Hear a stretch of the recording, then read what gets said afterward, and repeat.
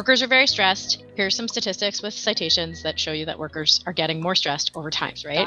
I'm making a case for the number of times you're task switching on your phone is raising your risk of heart attack, stroke, high blood pressure, and depression.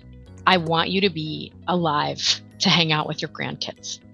It is incontrovertible when we look at these statistics that the people with their phones outside the room had higher scores on both working memory and problem solving than both cohorts.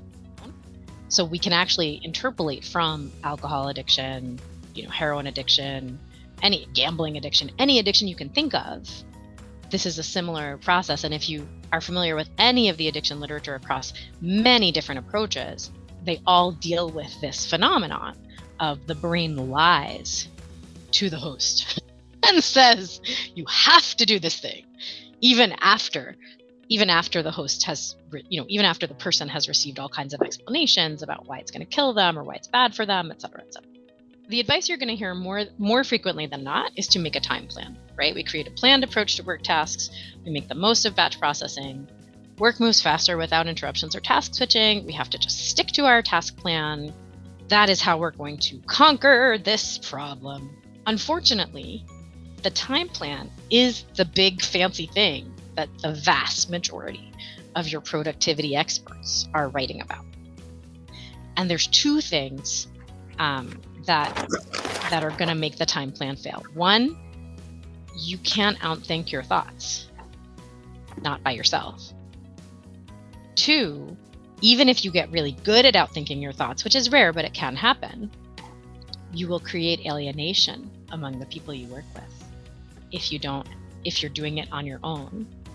And you'll actually lose in the political game of the corporate world if you're doing it on your own in a way that breaks with the rest of the culture. So we actually really need a group approach. We need a group approach so that the culture can evolve to include this knowledge and to include tools that really work for the whole group. Clients, he and his team were able to quadruple their productivity in 6 months, and the way that they defined that was that they actually brought in quadruple the number of clients per month.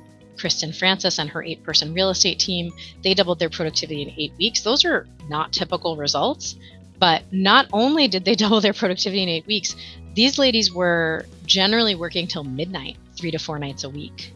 And after we did our transformation, they worked from 9 a.m. to 3 p.m. So it's really about having this flexibility to adapt. It can't be a one size fits all.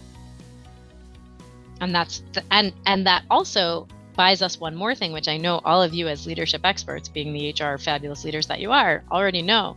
As we adapt and we incorporate people's defiance, resistance, feedback, struggle into the changes, they start to have a sense of co-creation, which gives them a sense of ownership. This is a time plan they helped create.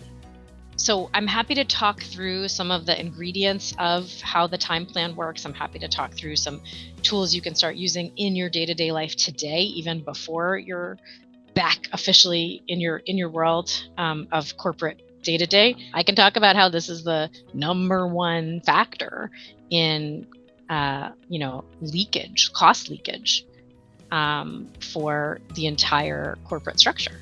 I can talk about how basically profit unquestionably will go up. All good indicators will go up, all bad indicators will go down if we take ownership of how attention gets used for tasks.